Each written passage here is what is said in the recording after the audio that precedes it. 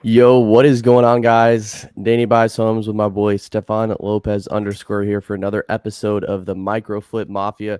Today we have a very special guest out here snap flipping in the world. Got John Galan. Say what's up. What's going on, guys? How you doing? It's a great day, bro. And you're looking super fresh with that red shirt on with the cross. We got crosses. We got love. We got Always, love. baby. So thank you so much, John, for joining us today. We're super excited to have you on as a guest. You've been freaking awesome in the community, and we're super stoked to have you on. If you would just kind of give our audience like your little 2-minute story, how you got started, and introduce yourself, because some people may or may not know who you are, or they might be new to their journey. So just want to introduce people to you because you have a lot to offer. And we know that because we know you and we're homies. But I know a lot of people are still getting to know you, and a lot of people are coming into real estate. So I'm super glad to have you on, bro. I appreciate you, man. Yeah, and it's an honor to be on here. So I joined Astro Flipping back in December of 2021. I was a CPA for 4 years before then. And then I was doing a lot of taxes, and I noticed like pretty much most of my wealthy clients were in real estate. So I was like, all right, well, there's definitely something here. Went through the whole, 3 years of just consuming content and never taking any action. Just, I got to know as much as possible before I do it to limit my risk, that whole thing. Wasn't really a big mindset guy. I was big with like the power of the mind, but not like mindset and mindfulness. Joined Astro December 21. I made my first call and took like action for the first time January 24th, 2022. And then I was juggling both the CPA, so busy season, tax season, along with my side business, which I had was also providing taxes for other people, and then as well as doing my wholesaling. So I was juggling my W-2 with two of my side businesses at that point. Got my first deal done April 15th of 2022, the last day of tax season. Jamil then shaved my beard on stage at Clever Summit. Freaking Clever Summit. That was one of the best things ever. Yep. Because I was growing out my beard. I said, I'm not shaving my beard until I get my first deal. And Jamil said, if you're going to Clever, we'll shave it on stage if you get it done. I got it done a week before Clever Summit. Then after that, I quit my job in June 23rd, 2022. And I had no deals from April until June, but I was like, I know I could do this. So I believed in myself. I was really big into mindset and mindfulness ever since January started. So I quit my job. That next month, I was able to get 5 deals done. Then I started partnering with Mahmood on SnapFlip. In like August-ish, we started talking, and then fully launched it in October. And then we wound up training for all of October, building up the team. We did 1 deal in November, and then we did 12 deals in December. And now, fast forward till now, we're partnered up with Helena Wu, and we average about a little over 100K a month, and we do about 3 to 5 deals a week. 2 weeks ago, we did 8 deals for like $75,000. Boom. And so we're just doing at least 2 deals a week. 2 to 3. Dude, it's fire. And it's funny because I remember when I first met you like in person. It was at this mastermind. Like I wore in honor of you, because I remember when you had done like a few deals, like a handful of deals. I had done 1 deal. You had literally done the 1 deal to get your beard shaved. Okay. Yep. Which was super cool, because I remember even before you got the deal done, you had made that commitment and you had announced it to Jamil.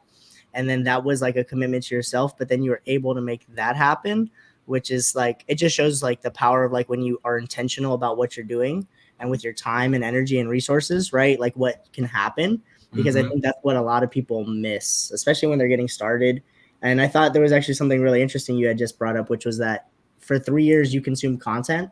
Yeah. You said like for 3 years, I was the same way. It took me 2 years to get a deal because all I was doing was consuming and then not really taking any action, right? Like we spend money on content, you spend money on courses, you spend money on like those types of things. But then if you don't do anything with it, what's the point?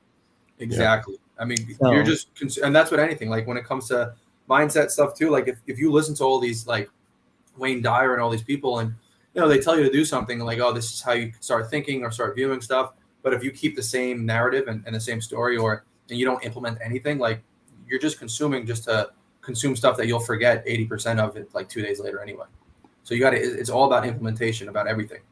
Yeah, and that's like super powerful because I see you reading too. Like every time we're on trips and stuff, you bring books, and it's a lot of that intentional thing, which is fantastic. And so I remember that like when we were at the mastermind, you're like, I had just done the one deal. Okay, you're like, I had just done the one deal, and then you had big plans, which you have even bigger plans now, which is phenomenal, and bringing that into reality. And I remember one time we were talking on a Zoom and you told me something super interesting, okay, which was about how you and Mahmoud became partners. If you would kind of dive into how that ended up happening, because it was very, what's the word? Like you kind of manifested that, right? In a lot of ways after, based off what you told me, I thought that was very impactful. Yeah. It was kind of like a gut feeling because I was like, I didn't really want to partner with anybody. In the beginning, but I was like, I know my weakness, or at least the things I don't really necessarily enjoy doing, are systems. And Mahmoud was like the systems guy in Astro. So after I did the Secret Weapon Challenge, he had reached out to me to partner up because I was really good with the acquisition side and everything, and I guess he saw the potential. So we partnered up. Like I said, I had a gut feeling for some reason. Like I saw him on Secret Agent Challenge 1.0, and I had like a gut feeling for some reason, like we were going to be in each other's lives. And lo and behold, we were. And it was the same gut feeling that I had with Helena as well. Like when Helena and I started talking, before we even started doing a deal together, I was like, there's something here. Like I have a feeling we're going to do a lot of stuff. And then I had brought it to Mahmoud. I was like, I think we should partner with Helena. And then I had brought the idea to Helena as well. And then we started doing some things, talking about it. And then we all agreed. We partnered up, and it's been a blessing. Dude, so it's a lot of it's been like the intuition, like the gut feelings, just like, because that's what happens when you get clear on what you want, the goal, or the path, not the path that you want to take, because you take the path you're supposed to, but like when you get clear on the goal that you want and what you plan to create and intend to create and manifest, you'll get these gut feelings pulling you in a certain way, even if you don't know why. But you just have to follow and lean into that, because it's telling you that go this way. You're like, this is going to get you here, even if it's not going to work out, even if it's something where it's like, hey, do this, but this is going to fall apart. But because of this falling apart, you're going to make this connection, that connection is going to get you there.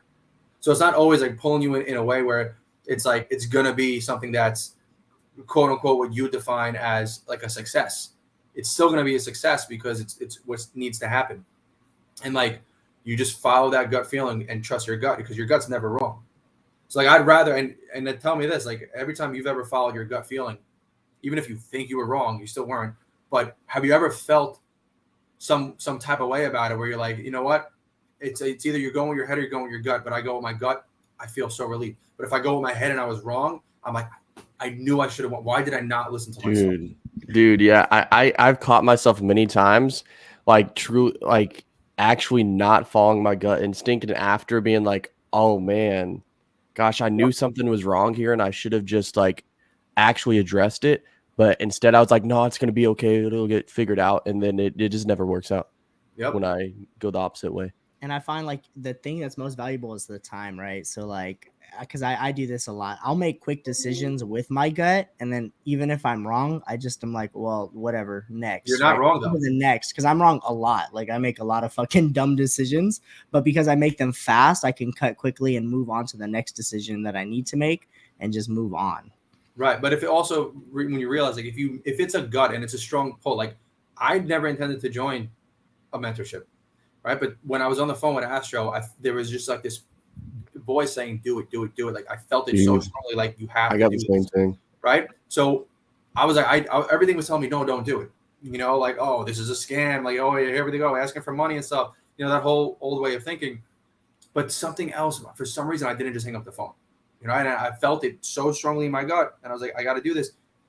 The gut feelings, they're never wrong, because especially when you get clearer on what you want, even again, if I say it, even if you listen to that gut feeling and it doesn't go the way you wanted it to go, doesn't mean it didn't go the way it's supposed to. So like if you follow your gut and it turns into a bad investment, there's a reason you were supposed to make that bad investment. Maybe there was people you're supposed to meet. There was something you're supposed to learn. That bad investment, maybe a year and a half later, that might have been the reason why you're here and did all these things. You don't know. So when you listen to your gut, you're never actually wrong. It's exactly what you're supposed to do to get you where you're supposed to be going, right? Where you intend to go. So anytime you listen to your gut, even if it doesn't go the way you would have liked it to go, It goes away. It's supposed to go. And you're not wrong at that point. That's fire, bro. And where would you say you got a lot of this mindset and mentality that you're actually sharing with people? Because as we all know, since we like do the business, a lot of real estate has nothing or very little to do with real estate. It has very little to do with like the actual house or the repairs or anything like that. Like 99% of this business is like how you communicate, who you are, the things you say and what you think and the beliefs that you have. And I've noticed you right. That's what I'm saying. Like, and I've seen this like with when you're communicating your message, John, like that's a big part of it, which is like it's super powerful because you've only been here for like less than 2 years now. Yeah. Like a year and a half. Yeah. Like a year and a half, and like how far you've come and the amount of business and transactions you're doing is phenomenal. But it all stems from this mindset. So where would you say you got a lot of this like mindset and like shaping your mind to think this way? So week 1 of Astro, like I said, before this, I wasn't like mindful. I believed in the power of the mind. And like, if I could push myself past my physical limits with my mind. I've always believed in that because my dad believed in that. But that was more like physical with like working out. Yeah. And like the mentality, like, if it's all in my mind, it's the power of the mind. But I was never mindful, never really. I kind of believed in God. Like I grew up Catholic, but then at one point I kind of like got away from it and like got away from God a little bit. I believed in like the law of attraction to an extent, but I thought, like if I want something, I have to work my ass off for it. Like the law of Goya, right? Get off your ass, which is still part of the law of attraction, by the way. You have to take action. It's not just going to happen. You can't just sit there and Delios fall into it. Yeah, exactly. You can't just sit there and open palms up and just like That's important part of it, because the important part of that is becoming what you intend to manifest, because you don't manifest what you want, you manifest who you are, right? So you have to become that first, but it's also taking the necessary action as well. So from week 1, there was all about energy in the brain and heart coherence and all this stuff. And I'm like, that makes a lot of sense. So I started, listening to books, started reading books, Think and Grow Rich, The Science of Getting Rich, listening to Jim Rohn, listening to Wayne Dyer is still probably one of my favorites. Louise Hay, Abraham Hicks. Started listening to them, listening to the Ed Mylett podcasts. Then I started listening to all these wealthy people, these billionaires, multimillionaires. They all had the same message. It was all the same thing. They all said the same exact thing. Anybody that was fulfilled and happy and successful, not depressed and rich, they all have the same exact message. They all said mindset. They were all on Wayne Dyer for a while. They were all talking about being mindful, being intentional, about oneness instead of separateness, connected. Everything's connected, all of this stuff, right?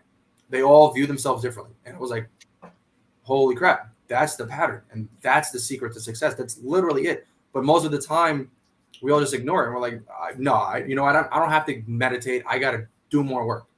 No, you don't. And that's like a fallacy. It's like, in order to be successful in the beginning, you got to pay your dues. You got to pay your success tax, right? But you don't have to be grinding 90 hours a week, 5 years, 10 years, and then sell a business and make your money. Like, you don't have to do that. High performers will work half the time that regular people do, because they spend their time on focused work, and you only know what to focus on if you know what you want. Yeah. So that's where the mindset comes as well, like knowing what you want, also knowing that when you're connected, everything that's going to happen, trusting your gut, everything that happens happening for you, the beauty of the life around you, and then like living your future. Like, I will sit in my kitchen sometimes and I will time travel, right? My body will be moving. My body will be here making my avocado toast. But I'll be 3 or 4 or 5 years from now on a stage giving a speech, or I'll be seeing the company that I built or the life that I've created, and I'll get chills and I'll start like tearing up at points, because I'm actually there. So that's why I know everything that I say I intend to create is gonna happen, because it's already been created. I live it every morning, every night. And like, this physical reality is just an illusion. That's all it is. It's the matter of the culmination of your thoughts, your emotions, and then your beliefs. And what are beliefs? It's just a thought on a loop. That's all it is. And when you control those things and you realize you could create anything you want, because if one person in the history of the universe was able to manifest their desires, then that means any single person can, because we all came from the same source. Mm-hmm. We all are connected to the same source, whether you call it God, whether you call it source, spirit, a beingness, a field, Krishna, Buddha, Allah, whatever you want to call it, there's a source out there that we all came from, and we all have connected to it. So we're all able to do whatever the hell we want. I love that. I'm always doing whatever I want. So I feel that. Yeah. What? I mean, it's true, right? And it's true. And it's when you act with that kind of energy, right? And you put that into motion. That's what we call emotion, right? Energy in motion. That's what Tony Robbins calls it. And so I love that, man, because you're sitting there manifesting things so intentionally that you get to feel it. Like you act, like the way you describe that made me feel it. Like you're so crystal clear on what you want. That's why you get what you want. Dude, and even what he was saying, he said he thinks about it, tears up. Bro, I was about to make me tear up just thinking about doing that, dude. That's freaking awesome. But you I know. I need to get better at that, dude. But I have done it before, and it's just like, dude, it's so amazing. Just like seeing your future and it like actually feel like visualizing it and it feeling real. Yeah, but don't. And if you don't feel it, you're not gonna believe it. Yeah. Because like I could focus on things all I want, but I'm not gonna line up to that vibration. Yeah. And if you're not vibrationally aligned with it, it's like what affirmations. If you say them empty without belief and without feelings and everything, they're just empty affirmations. You're not even aligned with those words. Your body doesn't believe it. So nothing's going to change. Yeah. That's actually a really good way to think of it, right? Because if you don't actually believe it or want it or like it, it's like, what's the point in doing it or having it, right? And because that was something you talked about, right? There's a lot of unhappy millionaires and a lot of unhappy rich people. Mm-hmm. And when you don't have money, like a lot of rappers talk about this, right? Like when you don't have money, that's everything, right? Not having money is everything. But when you have money, money is no longer everything. Yeah. And so that's when it really decides like what fills you with purpose and life. And so like, John, now that you're kind of having a lot of success, which congratulations to you, man, you're crushing it. And Snapflip's going to be a freaking dope company. It's going to go nationwide. I'm sure at some point it'll be epic. What are you looking to do, or like what's that next step for y'all? What are y'all looking to grow into? Yeah, so I mean, obviously the goal with the wholesale operation is to, we're gonna have right now we want to have 5 corporate stores, and then we're gonna franchise that thing out with the goal of having as many franchises as possible all throughout the country. I know HomeVestors. I'm pretty sure. Don't quote me on this. Pretty sure a HomeVestors franchise sold for a little under $4 billion. So my goal is to sell Snapflip for $5 billion. And then I want to own 100,000 units in my lifetime. That's my goal, to own 100,000 units. And then also in addition to that, like the main purpose, why, obviously get all the real estate, have this wholesale operation that just gives me all the cash to give me the choice freedom to do what I want, when I want, where I want, especially the people around me, create that generational wealth, show my parents and have my parents be able to do whatever the hell they want. But more importantly, I want to get all these wealth habits, build all this stuff, right? So then I could go ahead and build my not-for-profit schools I want, at least one in every single state that's going to be in the impoverished neighborhoods, teaching entrepreneurship, mindset, and financial literacy throughout there, as well as investing in businesses and reinvesting into the communities. Because poverty is a mindset, right? Poverty is a mindset. If I could change the mindset of poverty and almost eradicate that poverty mindset, you could essentially eradicate poverty in the world. And my main goal is to leave the world vibrating higher, happier, more peaceful, and more joy with less poverty in it than when I came into it. That's my purpose of doing everything. Boom. Right, because I remember being broke and talking to my broke friends, and then nobody else wanted to get rich. Nobody wanted to talk money. You know what I mean? And that's like one of those things. It's like the people you hang around with, if all they want to talk about is FIFA or Forza or video games, and you want to go get rich, it's like you're if you hang around with 5 people not doing that, like how are you gonna do that? Yeah, it's so true. You hang around the 5 people that you like want to become. Right. And so sharing that mindset, rather that like it doesn't matter where you come from, doesn't matter who you are, doesn't matter who your parents are, doesn't matter about your last name at the country club. It don't matter about none of that shit. Nothing. You know what I'm saying? So that's the kind of stuff that I think is so powerful. What do you feel, John, right now is giving you like the most purpose and drive in the business outside of just the money and the deals? I know you give a lot. We see you give a lot. You're always helping people. You're always giving. Where does this come from? Where does this need to like help people, you think, come from? I mean, it's and with any purpose, everybody's purpose is stem from serving others. That's everything, right? If you look at anybody that said this is my purpose in life, it doesn't matter how they achieve that purpose. Their purpose is always through serving something else, whether it be serving animals, serving the ocean, the planet, or serving people. It's always serving, right?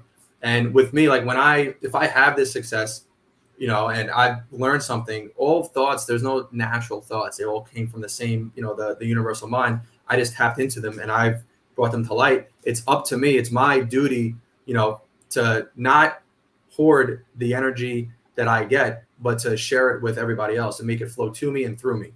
So anything I get that helps me, I give back to everybody else. Because if I get attached to any of those ideas or attached to anything, that creates that resistance to getting more of the abundance and more of everything in my life. So it's literally my duty to share whatever comes into my world that helps me to help other people, create the lives that they want. Because everybody here, if you feel like we're all connected, if I want abundance for myself, I want it more for you than I want it for myself, right? It's more fun to give than it is to receive. Like when you give presents, I get more fun giving a present to somebody than I do opening it up myself, especially when I'm excited about that present.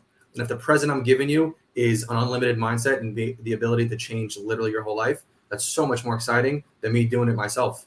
Don't get me wrong. It's exciting doing it myself, right?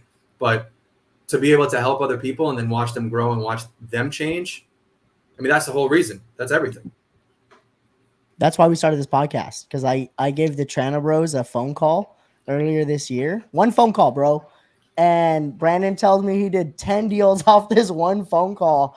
And I was like, are you fucking kidding me? I gave this kid an hour of my time and he went and did 10 deals. That fires me up. Like beyond any deal I've done where I made like 6 figures or 30K or 40K or whatever the number was, like that's only fulfilling for as long as the check's there and I haven't spent the cash on my next mastermind or the next adventure, right? But Right. helping somebody like Brandon and like the Trana Bros who are constantly giving, right? Like helping them improve their business is so freaking phenomenal. You know what I mean? And I love being able to have skills that pay other people's bills. Like I'm doing a deal with Danny right now. I love being able to give Danny some bread on a deal I'm going to go make bread on. My mom just lent me some EMD, so now I'm going to pay her some money. I'm basically just trying to find ways to like, pay my people through my own deals. It's kind of fun. Yeah. I mean, it's like you said, it's more fun winning with other people than winning alone. 100%. And that's a huge mindset thing, right? And so like John, when you came in, right, you were doing direct to agent, right? But since squatting with Mahmoud, you guys have been doing a ton of micro flips and helping the community and doing JV deals and stuff like that. Is there anything in terms of like, I would say like the mindset on the real estate side that you had to shift in adjusting to that, or like what was that transition? Yeah, because I know I never set out to do micro flipping. I was still focused on the agents, and then since people knew who I was, they were sending me deals. And I was so it just kind of happened. I'd be stupid to ignore these. So let me just start, working them. And then, even now with like Helena as well, like people just send us deals too. And then we just work them. And like out of the deals, if we do 10 for the month, probably 8 of them or 9 of them, or sometimes even 10 of them are microflips.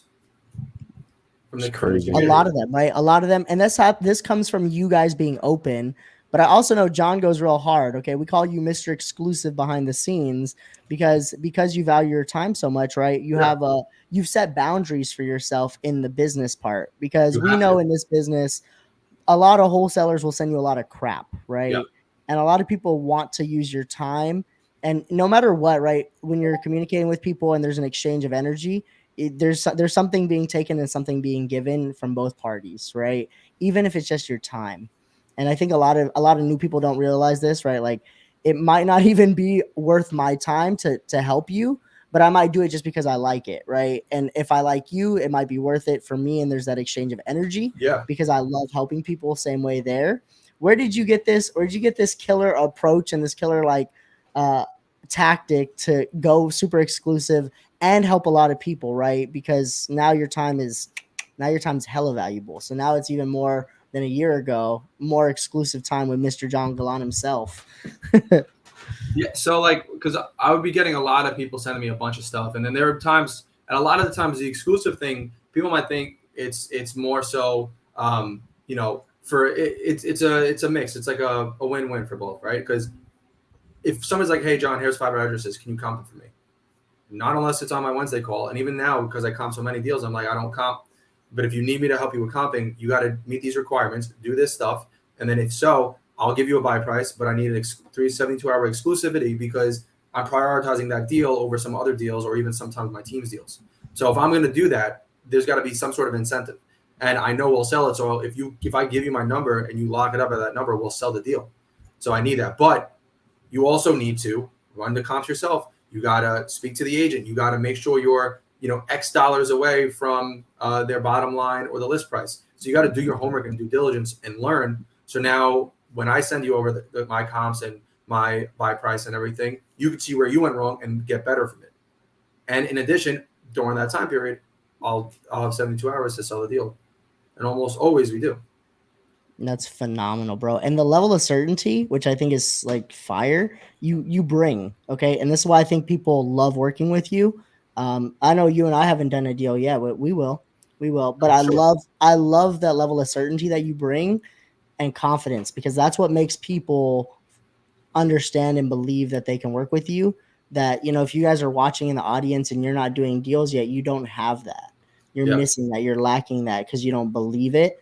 But you could have done no deals and had the same level of beliefs, and you could have the same level of energy, and you could bring the same level of professionalism that John brings. Super intentional, and that allows your business to grow and flourish and thrive. And watching SnapFlip since freaking before this, SnapFlip didn't even exist a year ago here at this mastermind. It didn't even exist. I'm sure it was like a baby thought in your head, but now it's like Dude, I didn't even know what I was gonna do. I didn't even have my process down yet. But at that you had done one deal. You had done one deal. Lost. And I did a deal in California. That's wild. Oh wow, I didn't even know it was in California. That's wild. Okay, was this a Microflip? Yep, with another Astro student. It was in Microflip in California. Dominique Kaiser had, sent it to me, and I asked her if I could send it out to people in the Astro community because I don't really have any buyers. She goes, yeah, go ahead. She told me who she sent it to, and then I just went on the Facebook group. I searched for the city name, and I saw everybody that worked it, and I messaged every single person. And then Angelo Ferrari was able to bring me a buyer, and we got that deal done. That's the first deal I got in Vallejo, California. And then I was like, I had no traction. I tried doing microflipping again. I was like, okay, this works. I was getting zero traction with microflipping for, from April until June. And then I went to the mastermind, and I was like, you know what? I think I'm going to do the agent route, and this is how I think I'm going to do it. So I went in with an intention of how I believed I should run my business, and then everything from that pretty much confirmed it. I had that one-on-one with Jamil, and he said yes, but also do this and do that. So I did that, and I just worked it. And then out of those 5 deals that I did, I think 4 of them wound up being microflips anyway that next month. But I was not shooting out for them. And that first one I did was with Andy Rom. He hit me up like a week after, sent me a deal in Tampa, and I was like, yeah, dude, this is a deal. Let's get it going. And then we wound up assigning it like a day later. Fire. That's awesome. And it's translated to more than just the real estate, right? Because I know when you and I were talking about your partnership with Mahmoud, which I think is awesome. Mahmoud's a great guy. He's been in all sorts of different markets, right, the whole time. But then, and he had more experience than you when it came to the real estate and micro flipping and wholesaling, all this, correct? Like when y'all partnered up, he had a ton of experience. Mm-hmm. But you were able to attract and bring him to your market because of this level of certainty that you carry. And you had, and I don't know if it was like a data thing or if you just had a feeling, but you were like, Florida is it. Feeling. It was just a feeling, right? You were just like, Florida's it. That's where I'm going to be. Mahmoud, there's hella transactions. There's hella opportunities. We got to be here. And you were able to convey that and communicate that, which I think is freaking dope, because we talk a lot about communication here. Especially as we're blowing up and we're doing a lot more content and giving. I've noticed that a lot of people feel entitled to like your time and your energy. And a lot of people will come incorrectly, especially like when we're doing like high level people, right? Like you want to approach them in a way that is approachable and that they can communicate to. Yep. Because if you come incorrectly to top people, we don't need to associate. I don't need to do any business with you guys. A lot of times the deals are less important than if I like you. Oh, 100%. I will not. If I don't like you, I don't even care about the deal. It's not even if I don't like you. If it's a headache, like Master P said at my last interview, like I don't need no headache money. Right. Okay. Yeah. Okay. That's a good way to put it, right? Because if you're like causing me more headache, that cost of my attention and my focus and my energy, You can't put a dollar amount. Okay. Especially when you are in the mindset where like the money just flows to me like a magnet. Like I don't care about this extra $5,000. It means nothing. Yeah. I'd rather have that time to spend somewhere else to make me probably another $50,000. Right. Yeah. That's what it comes down to. You know, and if you're trying to scrounge for everything, that means that you come from a scarcity mindset. So you got to really see like, if a deal falls out, it falls out. Like obviously I'd rather it close, but like I know there's gonna be more. That's why like if you have one deal in escrow and you only have one deal and you've been doing this for like 6 years, that one deal you put so much pressure and attachment on, but it's also because of all that pressure and attachment that's also why it's only been one deal in 6 years. Right. Yeah. And I feel like that's one thing, especially some people starting out, that they're like so desperate to get a deal and then they cling on to it. And then when it doesn't happen, they're crushed and they're like, can I even really do this thing? And they set instead of counting how close they are to getting the deal, they keep counting how far away they've come from not getting the deal. They're focusing on the wrong thing. Their attention's going to like, I haven't gotten my first deal yet. I've been doing this for 6 months and I haven't got my first deal yet. You know, how long is it going to take me to get my first deal? I still can't get my first deal for some reason. Oh, all of a sudden a deal happens and then it falls through, right? Because all of their attention and their energy is about not getting a deal. So you know what they keep attracting to themselves? The lack of deals. The fact that they can't get a deal because they're only focused on not getting deals at this point. Yeah. So they're just going to keep saying, hey, universe, I can't get deals. So the universe is going to be like, okay, I'll keep giving you that feeling of the lack of deals. Because the universe does not know what lack or scarcity is. It just knows how to give an infinite supply. So if you're in a mindset of scarcity, guess what you're attracting to yourself? An infinite supply of scarcity. Yeah, you attract what you focus on, right? Dude, I feel like I'm learning right now because like the thing is there's such an abundance of opportunities every single day, no matter which market you're in, unless you're like in the middle of nowhere, right? But there's literally infinite opportunities. There's so many people to help. And like in astro flipping, I love it because like the way we get deals is unlike any other method.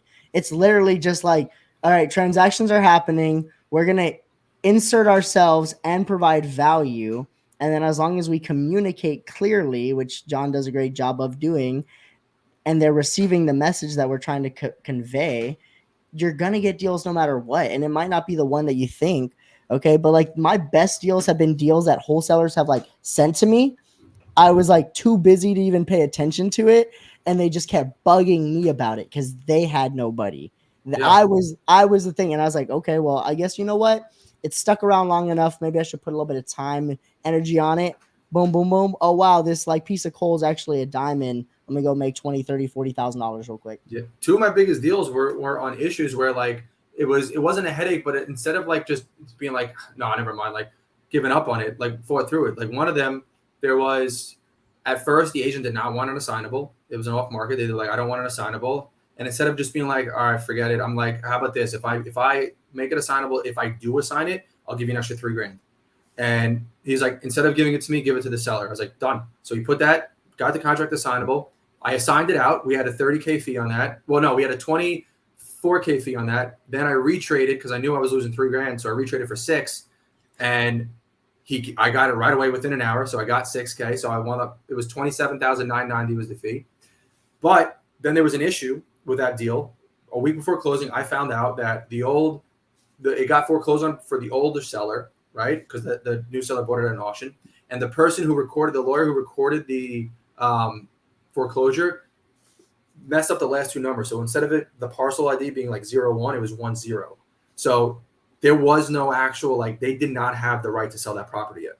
So they were trying to force me to sell it. They were trying to either force me to cancel or force me to close on that issue at a different title company. Luckily, my girl, Virginia Danskin at Fidelity was helping me out throughout that because I was like, they're like, no, they're just forcing, like they're being bullies, whatever.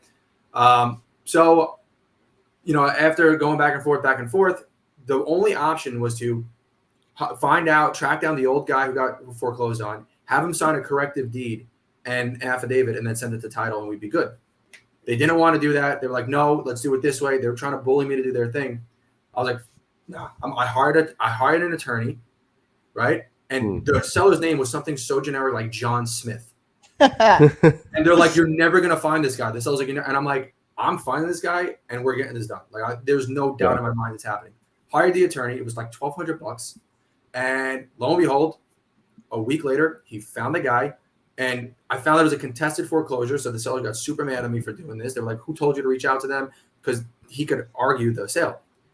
The dude signed it right away, no problems, no asking, nothing. He just signed it and sent it back to us, and then we closed on that deal. It took us a month altogether to get it done. A month after, but then we closed on it. We got it done correctly, and everything happened perfectly, right? And then another deal, another one. I ran the comms wrong. I was actually super aggressive on that, way too high. We had one buyer come in.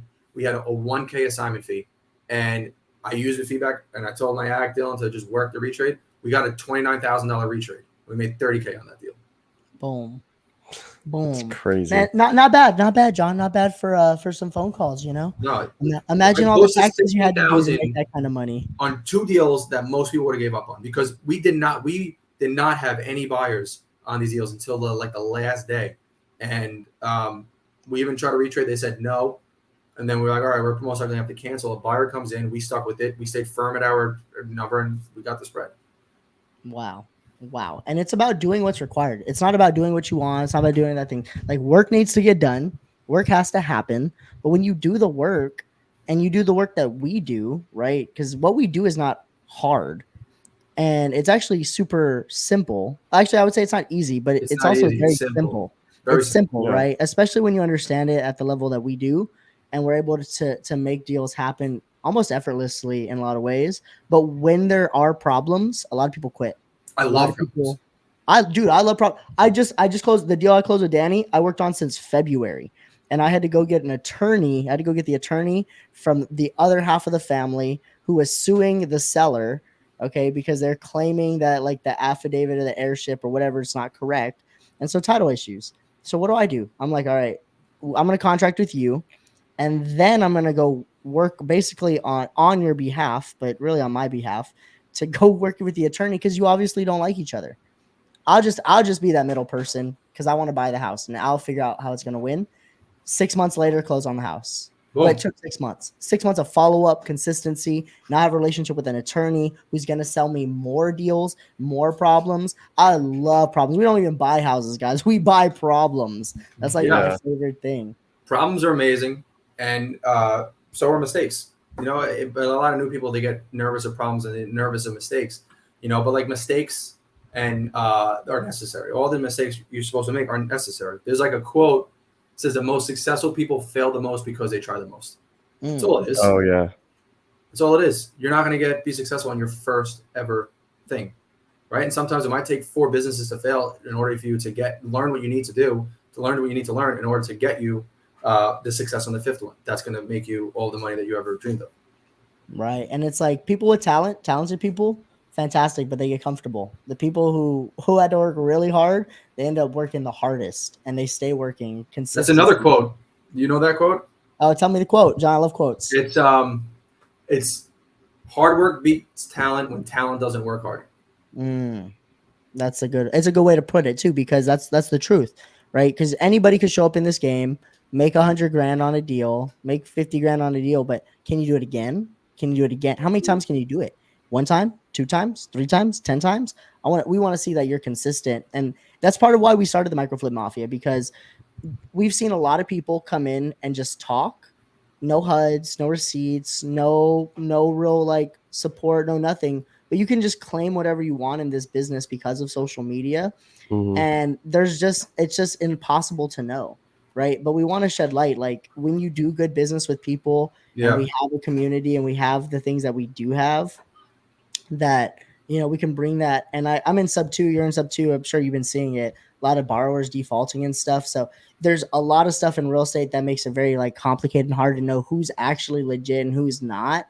Right. And that's what we want to clean up, dog. That's what we want to clean up. And we want to put on great players like yourself to share that kind of mindset that the world is abundant. The universe is abundant. Like, everything that you'll ever need can and will be provided, but you have to believe it, and you have to want it and look for it. Right. You have to believe. That's the key thing. Like, Do you believe you live in a hostile universe or a friendly universe? If you believe it's friendly, then that means that everything's working for you and that it wants you to succeed, not the opposite. It has an abundance of opportunities for you, not a lack of them.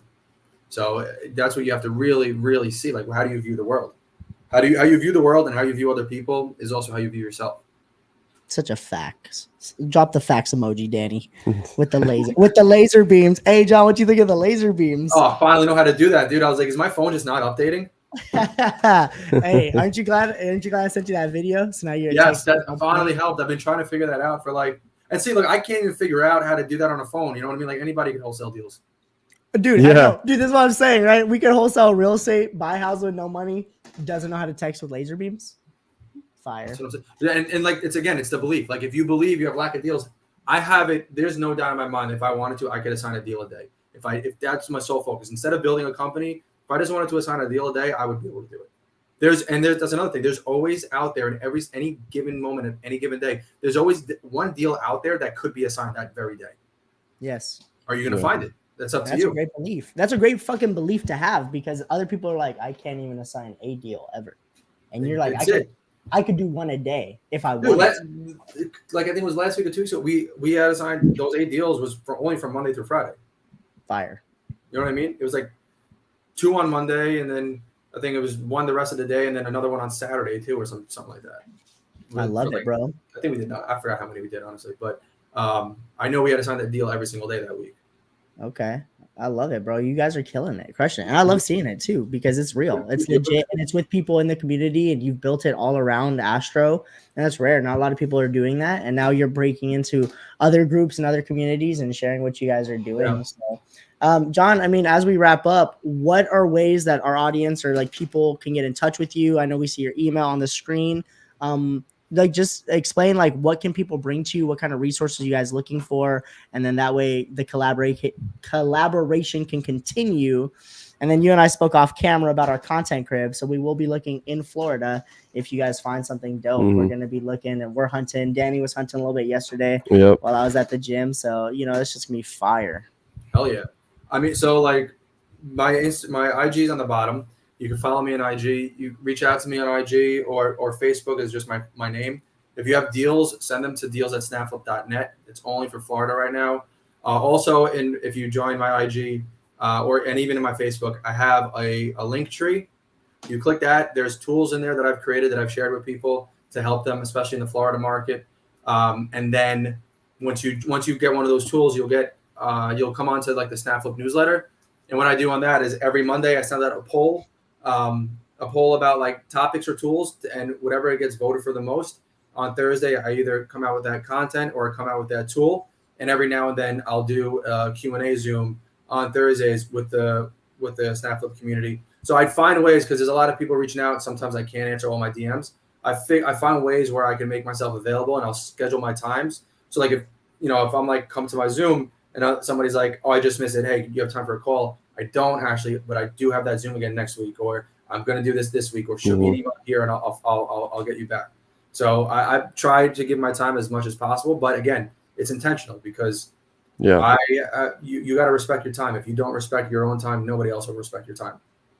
100%. So that's why I try to do these things.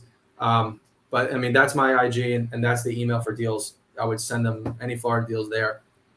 So that's how you could get in touch with me. And I would suggest joining the newsletter. Love it. Yeah, just join the newsletter. Yeah. Keep it simple. I'm on the newsletter. It's great. Oh, what? Yeah. I need to get on the newsletter. I have like so many emails. They were looking at my text the other day. They were like, Stefan, is this 550 unread text real? I was like, definitely. Yeah, dude. I got like 225 and it drives me nuts. I'm just saying, like, if you texted me one time and then you didn't hit me up again, it obviously was not that important. So and that's another thing. If I forget and you text me again, I will respond. Dude, I know. Yeah. It's never personal. It's always just like even if I text you and then you text me like a week later. But bro, right? You text me Friday, I didn't answer you till Tuesday or something like that. Because especially if it's throughout the day, there's so much that happens throughout the day. I don't look at my phone half the time, and then next thing I know, if I open it up to call it, I shut it off. I don't see my text what's on Reddit anymore. Even this morning, I texted you and you're like, I forgot, but I'm still gonna be there because I made the commitment. And it's like, I just texted you a reminder. Okay, hey John, we're still getting an hour. Boom, I went for a run. Came back, was ready for the podcast. Boom, boom, boom. We're here. It is what it is. Yeah. Straight. So, John, thank you so much, man. You're a freaking awesome guest. We're looking forward to seeing what happens next in your journey and following along, and super stoked to have you on. When are we going to get to see you next? I know you have a wedding for the Astro Mastermind, but maybe you still come out to Phoenix. Dude, I want to go. I mean, I'm moving this month. Then I am Florida. No. You're going to Hoboken. No. Mamaroneck, New York, upstate, a little bit upstate, Westchester area, upstate to Manhattan. But moving out this month, so I mean, I want to make it out there. So I'll see. I wanted to come to the mastermind, but yeah. So far, every single mastermind that's happening, I was supposed to also go to the sub 2 one, but I got another wedding. So I got so many weddings this year that I'm missing all the masterminds. When's your wedding? Shit, that's the next question now. I don't know, but hopefully not on the same time as another mastermind. Fact. He's gonna get married at the mastermind. He's like, dude, do it at the mastermind. You hear that, Adriana? We're getting married at a mastermind. Yeah, that'd be lit. Unlike any other wedding ever, mastermind wedding. I'll Pace and Jamil officiate. Yeah. Hey, Pace would do it though. Pace would definitely do that. 100%.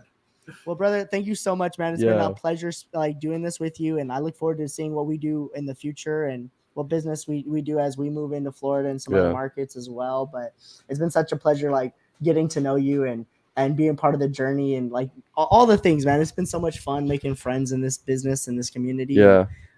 Glad to have you in the Microflip Mafia. You're a rare gem. Not everybody has people like you.